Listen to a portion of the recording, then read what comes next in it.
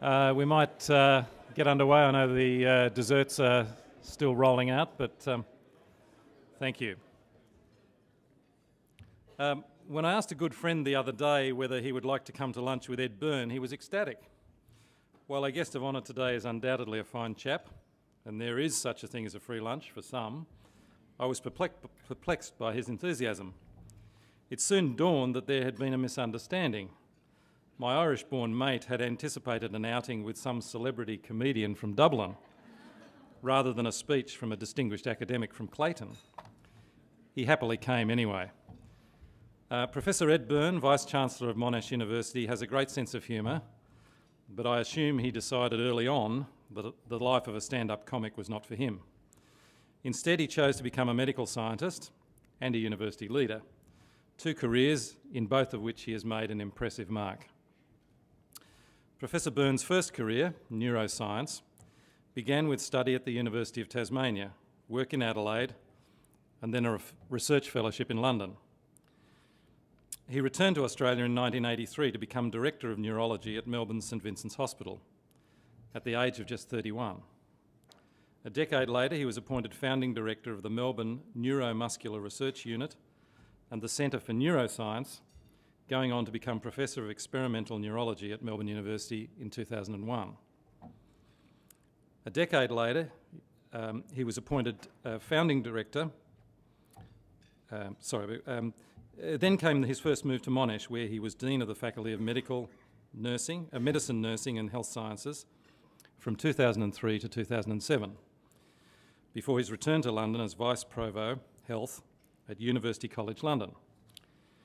His groundbreaking work in the area of mitochondrial disease, which I last night discovered, are neuromuscular diseases that cause damage to the small, energy-producing structures that serve as the cell's power plants. I hope I've got that right, Ed. Has been recognised with his admission as an Officer of the Order of Australia and with the Doctor of Science conferred by Melbourne University to reward his research excellence. Professor Byrne's second career as a leading university administrator was crowned with his return to Melbourne in July 2009 as President and Vice-Chancellor of Monash. Under his popular and creative leadership, Monash has confirmed its honoured place as Australia's largest university with 60,000 students drawn from more than 170 countries and with 270,000 alumni around the world. The university is also rapidly building its global profile. It has campuses in Malaysia and South Africa, a joint research academy in Mumbai, and an education centre in Prato, Italy. This year, that impressive expansion was crowned by the agreement for Monash to become the first Australian university permitted to open a campus in China. But as we will hear today, such successes will need to be multiplied in an era when the university campus is being rapidly redefined in the wake of the ICT revolution and the rise of a globally networked university system. With government income flatlining, international student numbers declining, and open online courses challenging that traditional university model, the strength of universities such as Monash will be essential to the Australian tertiary education sector's ability to compete with the best of Europe and America and the massive resources pouring into research and education in Asia. Please welcome Professor Ed Byrne.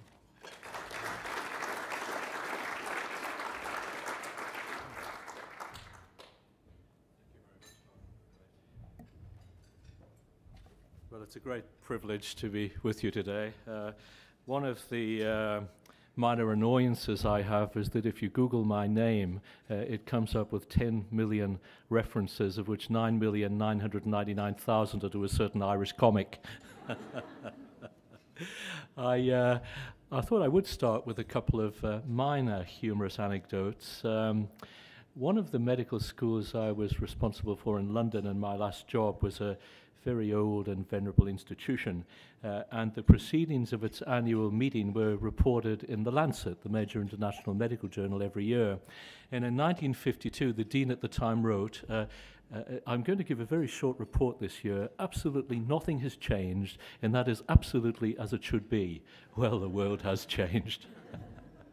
So the title of this speech is Australian Higher Education Challenges and Opportunities. This is irritatingly broad, and that's deliberate, the broadness, of course, not the irritation. When asked to decide upon something to speak on a few months earlier, you want to give yourself a little wiggle room, and things are moving at an astonishing speed in higher education now, so I could have chosen any of half a dozen themes to develop today. We're talking about a sector that has employed basically the same model for over 100 years, and in 15 years' time it may well be unrecognizable. Since I decided on this title, we've seen the launch of the Commonwealth Government's Asian Century White Paper, the announcement of cuts in sustainable research excellence funding, and Australia's first entrant into the massive open online courses we'll all roll off our tongue as MOOCs into the future. If I were to attempt to sum up these changes in 2 words, it would be these: greater competition. For universities, that's both a good and a bad thing. Greater competition also brings with it greater opportunities, but for students it is unambiguously a good thing. I've already hinted at the 2 major trends that are transformative: the increasing globalization of education and research, and the rise of online education models. I'd like to address each in turn, though I, of course, acknowledge this is a little bit artificial because they are intimately connected. MOOCs and their ilk are by definition education without borders and are therefore reinforcing elements in the globalization trend. So let's start with online education, including the MOOCs. If you have trouble remembering MOOCs, think of Moo Cow. It helps me enormously. Last weekend, The Guardian, eminent UK paper, ran a piece entitled "Do Online Courses Spell the End of the Traditional University?" Had I been the one writing that article, it would have been precisely 2 letters long. NO.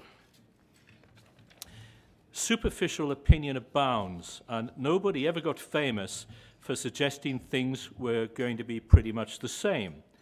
Although the ICT revolution will bring about really major changes in the way universities do things, they are not an existential threat. I don't want to criticize the MOOCs. I've enrolled in one of Udacity's IT papers, and it was very, very good, particularly in terms of what we call content delivery, that is, the actual presentation of the material to be learnt. But there's still a few issues that the MOOCs haven't solved, and I'm not certain that they're going to be able to do so without ongoing revision of their model. For a start, many of the disciplines universities offer have a practical as well as a theoretical component. Medicine, chemistry, fine art, engineering. All of these subjects require infrastructure, machinery, or equipment that is beyond the means of an individual student. In these fields, there will always need to be some form of bricks and mortar institution to provide access and instruction. I invite anyone who thinks otherwise to go under the knife of a surgeon who learned everything they know from YouTube videos. The other major problem the MOOCs haven't solved is assessment. They work very well for subjects like maths, which have objectively right and wrong answers and can therefore be pretty easily marked by computers. It remains to be seen whether the model can be extended to more complex subject areas, perhaps softer in some way, like, say, politics, philosophy, or the social sciences. The problems with assessment point to a larger problem, of course, accreditation. A university education has never just been about acquiring knowledge, it's about being able to prove it. Employers look to the type of degree, the reputation of the institution that issued it, and the marks a student received as shorthand, sometimes very indirect shorthand for a student's ability. The MOOCs need to figure out how to ascertain that the work they're marking was done by the student whose name is on the test. All of this will eventually be overcome, but it's going to be a journey. I see that one of the major MOOCs, Coursera from Stanford, have announced they will begin accrediting using webcams to ensure students don't cheat. But to cover the costs of that, they intend to start charging fees, which is a significant change to their business model. There's also the fact that Princeton, Stanford, and many of the other universities involved in the MOOCs have spent decades building up the cachet of the courses they offer. Ultimately, I'm a little skeptical that the administrations of those universities will be willing to dilute their premium brands by offering a degree to anyone with a broadband connection. Ultimately, purely online courses are unlikely to supplant real-world courses, although they will certainly find a growing area. They won't supplant real-world universities completely, because sporadic online interaction will never be able to completely match the deep, rich experience of attending university in person. That may be a slightly unfashionable view in this day and age, where we look for everything to be quantified in terms of return on investment. But there is something special about one's time in higher education, something of which the time spent in the lecture room or the laboratory or the tutorial is only a part. For the majority of students, university is the bridge between secondary school and working life. It's where they learn the soft skills that employers tell us are just as important as the hard skills. The on-campus experience deepens your learning through your interaction with your peer group. People who are getting across the same concepts as you at the same time, who are understanding them, can in many respects be your best teachers. An online study group can provide some of this, but not all with the same depth of interaction. University is where you build your professional peer group, at least your initial one, and your initial network, which of course continues to expand, and this supports you in the rest of your career. So what I suspect is we will see the two models, the online and the on-campus, converging in a series of steps. For the reasons I've just outlined around accreditation and assessment, it's likely that in order to compete in the same spaces as physical universities, MOOCs will need to take on some of their characteristics. Likewise, MOOC-like characteristics will improve the quality of pedagogy at many traditional universities. It may be that the model doesn't change much for those courses that require the use of expensive equipment or specialized facilities. Even there, they'll have some impact. But when one considers introductory courses of the type that traditionally have 500 students crammed into a lecture theatre, much of that material can be taught better online. That frees up teaching resources to improve the quality of the on-campus component. With the wide availability of online materials, the lecturer's role may come to resemble that of a curator, selecting the best online material for each concept the course covers. Students stand to benefit because the onus is on universities to make sure the on-campus experience adds to that, supplements it, and is still worth paying for. Monash University, if I turn to my own institution, is currently in the process of rolling out something called the Monash Blended Learning Model. It has many of the quality of MOOCs, but as the name suggests, blends them, or this approach, with traditional on-campus learning to provide the best of both worlds. We draw heavily on the Stanford idea of the flipped classroom. Much of the content delivery is done electronically beforehand. Essentially, you watch the lectures and look at other materials online with a lot of interactive content. Then the face-to-face time with a tutor or lecturer becomes much more valuable because it can be used to explore the ideas in greater depth and test the learnings. The other part of the model is learning analytics. Through regular diagnostic testing, the student will be able to see how well they're across the material, how well they're tracking against the rest of their class, and what mark they're on track for, rather than getting a terrible surprise at the end of the year. Similar information will also be available to the tutors, the instructors. They'll know what proportion of the class has read a particular piece of preparatory material. From the results of the diagnostic testing, they'll be able to tell which concepts the students have mastered and which they're struggling with. They will be able to tailor their classes accordingly. I'm by no means suggesting that the Monash Blended Learning Model is the definitive route forward for all universities. I'm simply holding it out as one example of one way one university is responding to the possibilities that digital learning represents, and in a much more sophisticated and rich way than simply saying that MOOCs are going to change the world. So let me move now to the second theme, increased globalization, Australian universities in the Asian century, of course, very topical. When I read Ken Henry's The Commonwealth Government's new white paper, Australia in the Asian Century just a few weeks ago, I felt like a student checking my notes after an examination. It appeared to me that Monash University had anticipated at least some of the recommendations going back to Mal Logan's time almost 20 years ago as Vice-Chancellor. I say that because the paper identifies higher education as a sector of vital importance for Australia's future. The picture it paints of the University of the future appears to have a lot of overlap with the strategic direction Monash has taken in the last few years. Internationally competitive in research, a strong academic focus in Asia, and a physical presence in several Asian countries. I'd like to use this opportunity to trace out in a little more detail some of the ways in which Australian universities' level of success in engaging with Asia will contribute to our country's economic prospects. I'd also like to sound a note of caution. Just because we have a history of working with Asia doesn't necessarily mean we have a strong future.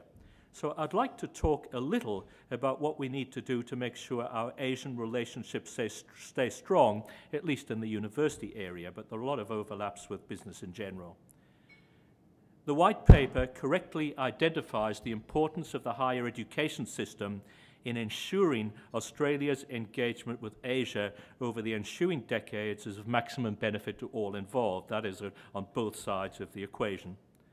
Under the heading Building Capabilities, it focuses on the role of universities in producing a highly skilled, Asia-literate workforce. But that role is so fundamental that it underpins many of the other priorities that the paper identifies as a key to a fruitful engagement with Asia. You can't create deeper and broader relationships through effective diplomacy, as the paper prescribes, without effective diplomats. And by that, I don't mean professional diplomats. I mean all of us who have a role in interacting and building contacts with Asia. World-class Asia-focused universities will be the key to producing the depth of knowledge that will lead to this broad diplomacy in our community. Likewise, the productive and resilient Australian economy that the report identifies as fundamental to success in Asia relies in part on highly skilled workers. And universities also play a small and often unrecognized role in another area the paper identifies as important, building sustainable security. Good relationships between countries are maintained by cultivating mutual understanding, something that is best fostered through repeated interaction. Student mobility and staff and science mobility is one of the most powerful means of ensuring that the next generation of leaders are conversant in each other's cultures, movement in both directions. But perhaps the biggest role that our universities have to play is in operating in and connecting to growing Asian markets, another of Ken Henry's prescriptions. We can do that both via the traditional route, which is by educating foreign, fee-paying students in Australia, and in the less immediately obvious sense of building connections, particularly in research and development. As you all know, there is a huge appetite for tertiary education in China. The participation rate trebled from 8% to 25.9% between 2000 and 2012, and is likely to double again in the next 10 to 15 years. Phenomenal numbers. Australian universities have a strong record of educating Chinese students, and this is something that should be built on to the benefit of both countries. Monash University has almost 8,000 students from mainland China in Melbourne as we speak. Likewise, research, technology, and innovation are areas in which both countries have strengths and where we will collaborate to mutual benefit. Universities are major players in these spheres. To continue to be an attractive education provider in a hugely competitive international market, our universities have to be towards the front of the pack. Our market research indicates that Chinese students in particular, but other international students also, are exceptionally rational consumers. They're going to pay some hundreds of thousands of dollars for some of our degrees. They choose the best university they can, and for better or worse, whether we like it or not, they make that assessment in large part on the ranking tables, which tend to focus on research prowess. The best the very best stay in China, the very best students stay in China because of the high prestige of the local universities. That is, they go to universities accredited by the Central Ministry in Beijing, not only for reasons of prestige, but also affordability. There are only about 20 such institutions, and their capacity is infinitesimal compared to China's needs. Of the pool with an interest in overseas study, Australia has to compete with the US, UK, and Europe, and Canada. Once a student chooses to leave China, there's no special reason for them to choose Australia unless our universities are highly internationally credible. Like it or not, it's critical that we have universities that do well in the rankings. Monash University competes with institutions like Edinburgh University or the University of Virginia, even more than the University of Sydney. It is truly a global world. This points to a broader fact about any sort of partnership with Asia. We can have all of the infrastructure in place we want, make all the right connections, but we're only going to be able to broker valuable partnerships if we can bring something to the table. Since the 1980s, China has been progressively increasing its investment in education.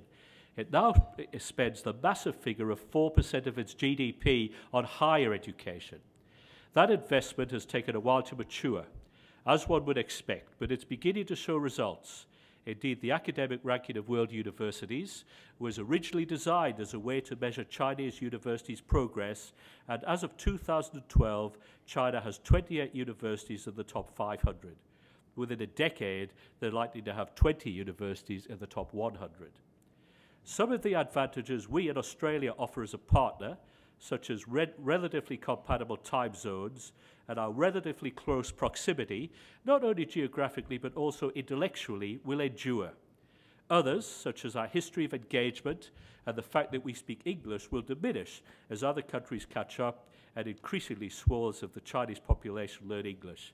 I was amazed to discover that in 10 years' time, the largest English-speaking country in the world will be China. Amazing, isn't it? In that context, I just want to briefly turn to research. The recent cuts to the Sustainable Research Excellence Programme seem at least questionable. Although the current government federal government has been commendable in its research infrastructure funding, some of the money, the SRE money, was back-ended. We were yet to see the increases, but we had budget on it coming in. In difficult times, universities, like everyone else, has to tighten their belts.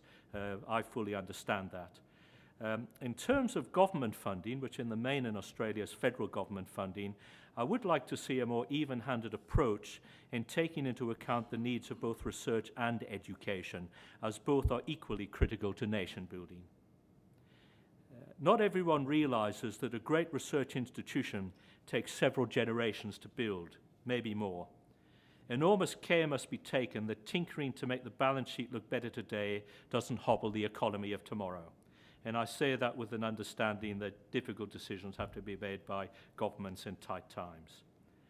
The suggestion has recently, turning to another topic, the suggestion has recently been made by some commentators that the Australian higher ed market should be deregulated in a very major way and through and open to international providers with lower entry criteria for university accreditation, removal of the need to do research, etc.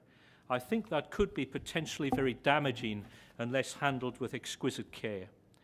Competition is important, and there's a lot of healthy competition between Australian universities at the moment. But to open the sector to the wider world could lead to a race to the bottom.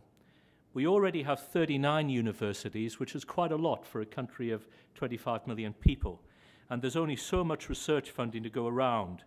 The entry of more players with the current model could lead to that funding being spread so thinly that single institutions would have difficulty in building up the critical mass to be internationally credible. If, as has happened in other spheres, private entrants took large volume, low-cost, profitable courses from the public sector, it would make the current public university financial model unsustainable. When you look at international rankings, such as the recent Times Higher, Australia has among the best 2 or 3 university systems in the world. Among the best 2 or 3 university systems in the world. So it's not in any way broken. And I think I'd like to put that message out to our political masters. Don't tinker with it too much. It's not broken. It would be a shame to see a drop-off in quality and in reputation of our institutions.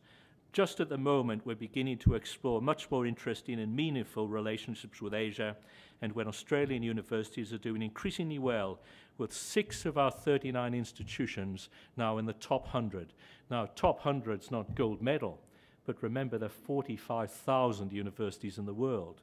So when you correlate those two things, for a country of 25 million people, to have 6 universities in the top 100 is pretty good.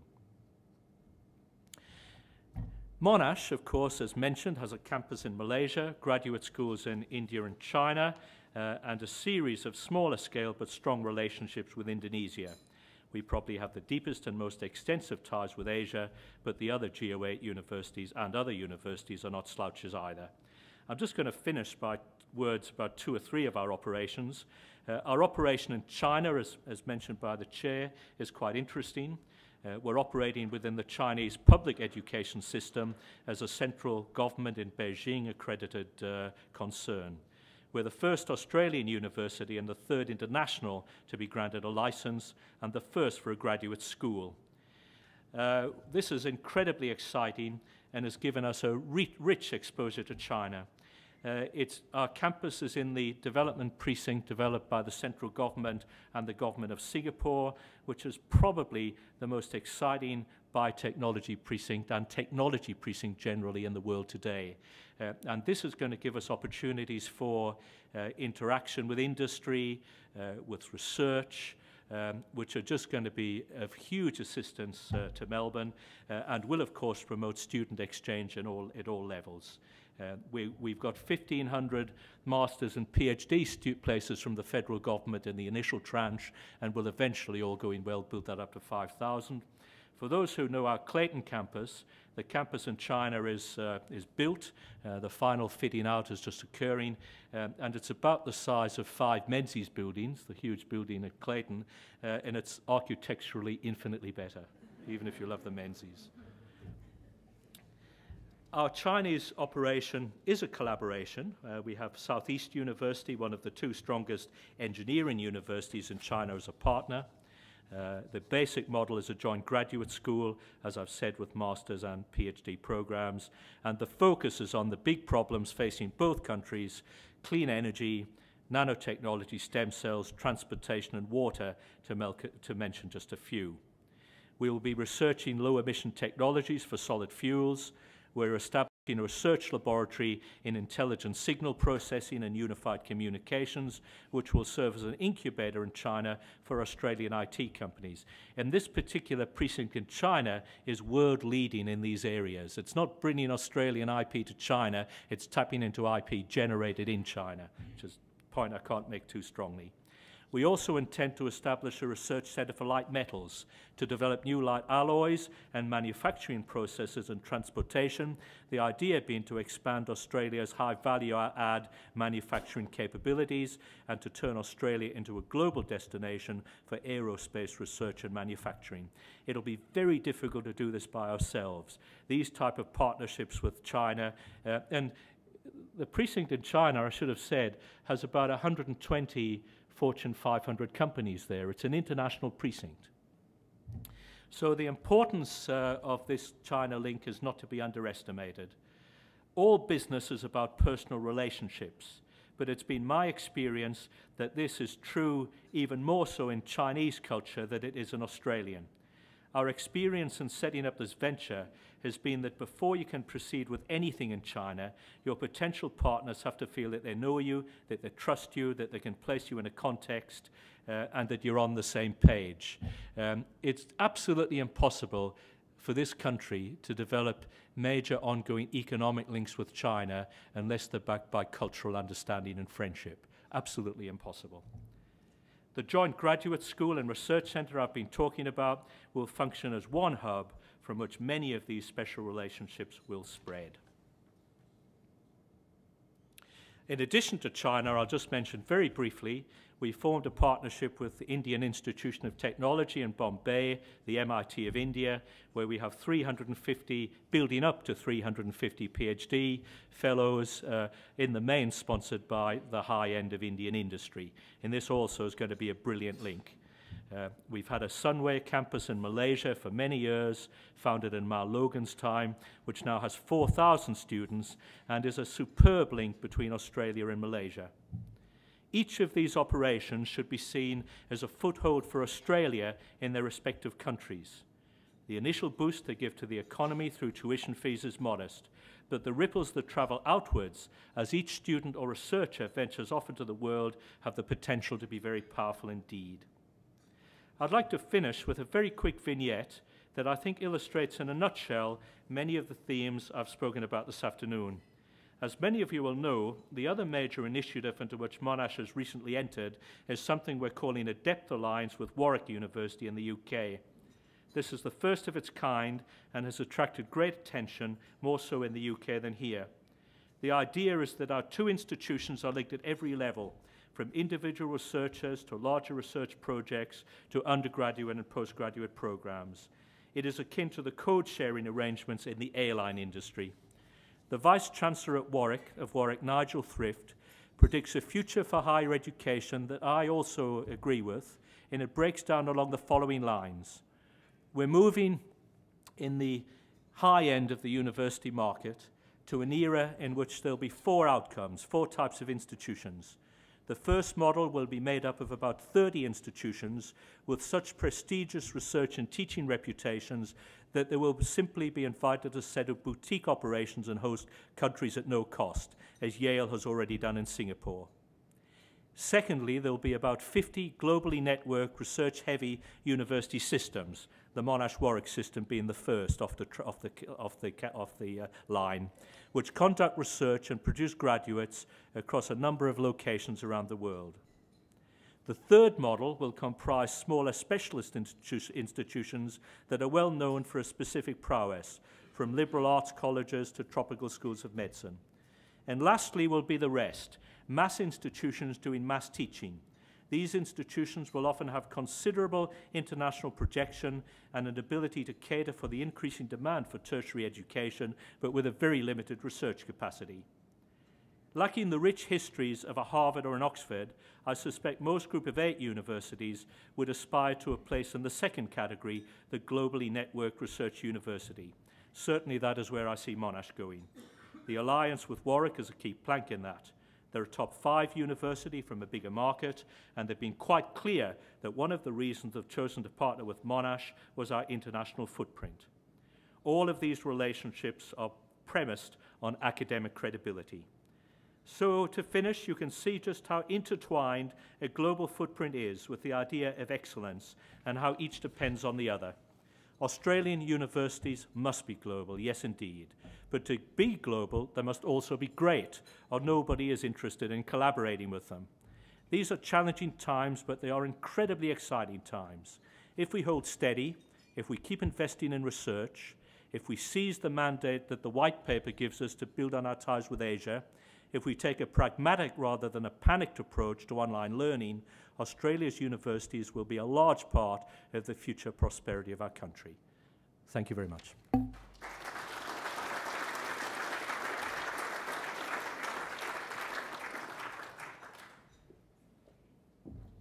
Thank you very much. Don't think we are. Yes, working. We have about 15 minutes for questions. Could I ask you to identify yourself when you speak? Thank you. And there's one microphone floating around. So. There's one there.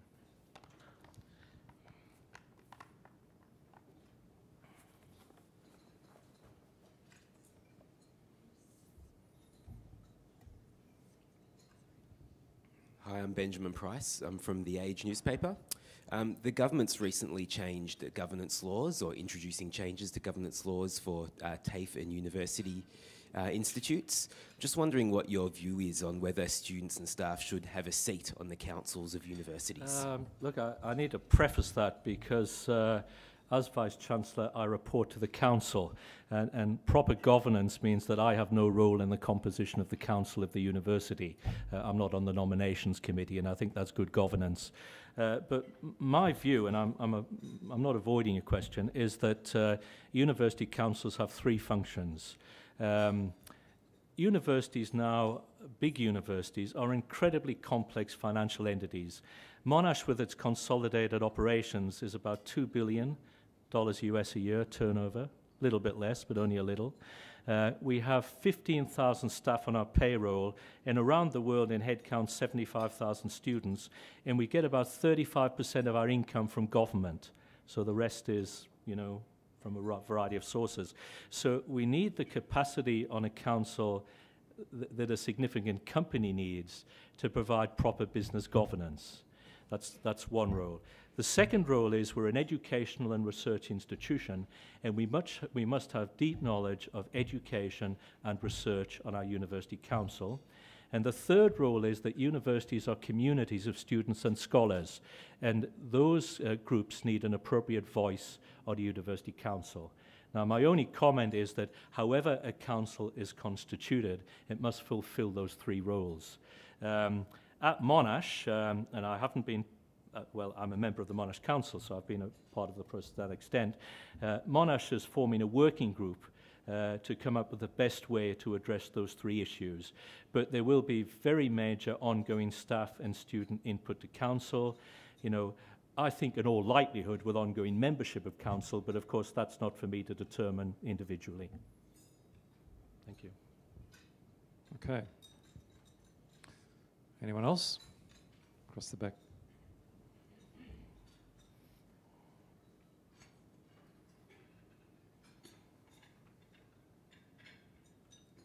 Phil Honeywood, International Education Association of Australia. Yeah, hi, Phil. Hi. Ed, last week I was at the National University of Singapore, and you may be aware of the University Town, U-Town initiative. The government of Singapore donated a golf course literally across the road from their campus, 20 hectares. Yale have built their building, or are currently building their building, their Yale NUS. But importantly, I inspected 6 towers of undergraduate and graduate state-of-the-art accommodation, for which any student is going to be paying 110 Singapore dollars or $100 Australian a week to live in. I compare that to my wife's college at University of Melbourne, where they're paying $20,000 a year to live. And we look at the cost of living. So it's one thing that the Australian dollar is crueling our industry, but the overall cost of living, as you know, in North America, a student can live very cheaply in many of their regional college communities. At NUS, which is now a rival education hub, Singapore, Malaysia, China itself, competing now as education hubs for international students. What's the solution? I know that Monash have been very good at getting NRAS funding. What do you think is the way ahead for cost of living? We have a desperate need for more high-quality student accommodation on all of our campuses, a desperate need. You know, Monash has, you know, got some rather old and tired halls of residence, and Mannix, a Catholic college. The halls of residence, I think people still have a good experience, but I don't know whether I'd want to live there myself now. But through NRAS funding, we've just got you know, some 800 new rooms, which are really great, every bit as good as the ones in Singapore, if not better. We probably need another 3,000 or 4,000 student beds at Monash, and I think we're going to have to explore private-public partnerships of various types. You know, going to have to.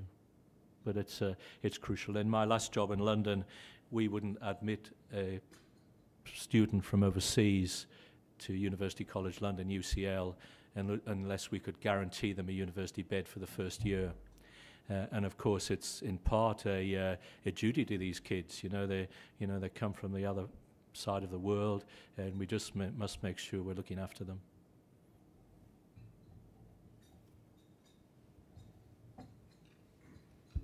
Professor Byrne, John Allen, Melbourne Press Club. You were talking before about the Clayton and China, and just thinking about the time zones, which are really convenient for us compared to somewhere like the United States or Great Britain. I'm just wondering if you'd like to tell us a little bit about how you see broadband-enabled technology sort of working live in industry partnerships, university partnerships, as well as academic teachings? The broadband technology is going to be huge for us. I think education and research with health will probably be two of the major users. It will link our network of campuses. It will drive new off-campus learning businesses, which Monash will be part of. In my earlier remarks, I didn't mean to give the impression that off-campus learning isn't going to be a larger part of the deal going ahead. It definitely will be. And as we develop the type of blended environment, my dream is that you can do a Monash Warwick degree. It may eventually be extended to other parties. And you might do some of your course physically in Melbourne, some in the UK, maybe some on the China campus, and some somewhere in the States. You'll do it within a very rich ICT broadband environment that means, that you might have a tute group which is multinational at any one point in time. So I'm really there describing how I think the high-end university experience will come out. I often say that the young people we're educating today are just as likely to work in Sydney or Shanghai, and it's getting them ready for that type of mindset. There will obviously be a university experience which is completely offline and completely off-campus learning, online, offline, online, and Monash University will certainly be part of that business as well, and the broadband there is going to be crucial.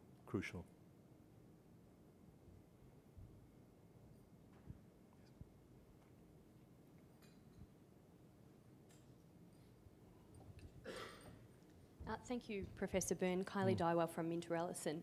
You've spoken today about the increased competition, and particularly at a global level for universities. At the same time, universities, I think it's fair to say, are subject to increased regulation, and within Australia struggling with coming to grips with that. Could you comment on how that is going to impact on the ability for Australian universities to compete globally? Look, that's a complex question. I'll start with a very general answer that Australia, as a small country of 25 million people, has 6 universities in the top 100. France and Germany, much more powerful and more wealthy and more populous nations, have 1 each. Now, why is that? It's because in those countries, as in much of Eastern Europe, universities are branches of central government. The people who work in universities are public servants, completely regulated in everything. No decision can be made autonomously. In the UK and the States and Australia, we've had relatively autonomous university systems. People have been able to do lateral, flexible things, and it's gone really well. It would be an absolute tragedy were we to lose that going ahead. Now, I don't think that's likely. The federal government has brought in a new regulatory body, TEXA. TEXA regulation is tighter than we've had before. It's gradually been bedded down, and we're just finding a sensible level, and I think we'll work it through and end up with not too bad a position. But I just reiterate, anybody who thinks you can regulate quality in a university system through hyper-regulation is misguided. You can certainly prevent things sinking below a bottom standard, but you can't hyper-regulate to get a Harvard or a Cambridge. It's just inconceivable. And not everybody in Australia has got that message. And some of the regulations, I don't have time to go into now, have been a little bit negative in their effect. I might ask a question of my own, if I may. Yeah. One of the big issues that came out of the white paper was the question of language training, language capability. Given what you've said about how essential it is to build cultural, personal relationships, to do business, and to build partnerships in countries like China, where are we at the moment in terms of our levels of capability, the present standard of language education, and what are the prospects in your view of getting up to speed? I think the white paper and remarks by others, I think including the Prime Minister on this, have been absolutely right. Australia was better positioned with regard to major Asian languages 10 years ago than we are now. Now remember, at that time, China wasn't starting to figure, so the discussion was about Indonesia and Japan, but we had strong departments in our universities. Many kids were doing these subjects at school. That's all faded. And with the rise of China, Mandarin, of course, has come in center stage, but it hasn't got anything like the prominence it needs. my advice to any young person at school today in Australia is learn Mandarin. You know, don't learn French, don't learn German, learn Mandarin. But if you want to have a really successful business career, it's going to help you enormously in the years ahead. I would even say, you know, some should learn Japanese, obviously still. In Indonesia is going to become more center stage again. So we really need to pick up Indonesian. Look, India has been mentioned, and I think the PM quoted India. The thing about India, again, I mean, this is just visiting. I'm off to India in a couple of weeks because we have a campus in Mumbai. There's not a single business or academic or government person you meet there who doesn't speak good English, you know, because of the English tradition in India. So the language aspect in India is less important. Obviously, for people to learn Hindi is good, and it may change a generation from now. But, you know, my advice would be Mandarin and Indonesian, Bahai Indonesian. And I think just about every person who's serious about a career in business or academia, a young person in Australia should speak one or both of those languages. Okay, well, we pride ourselves on finishing on time, and we're fast approaching 2 o'clock. So if I could thank you once again sincerely for your address today. Thank you. Sorry I ran over a bit. I tried to say too much. But,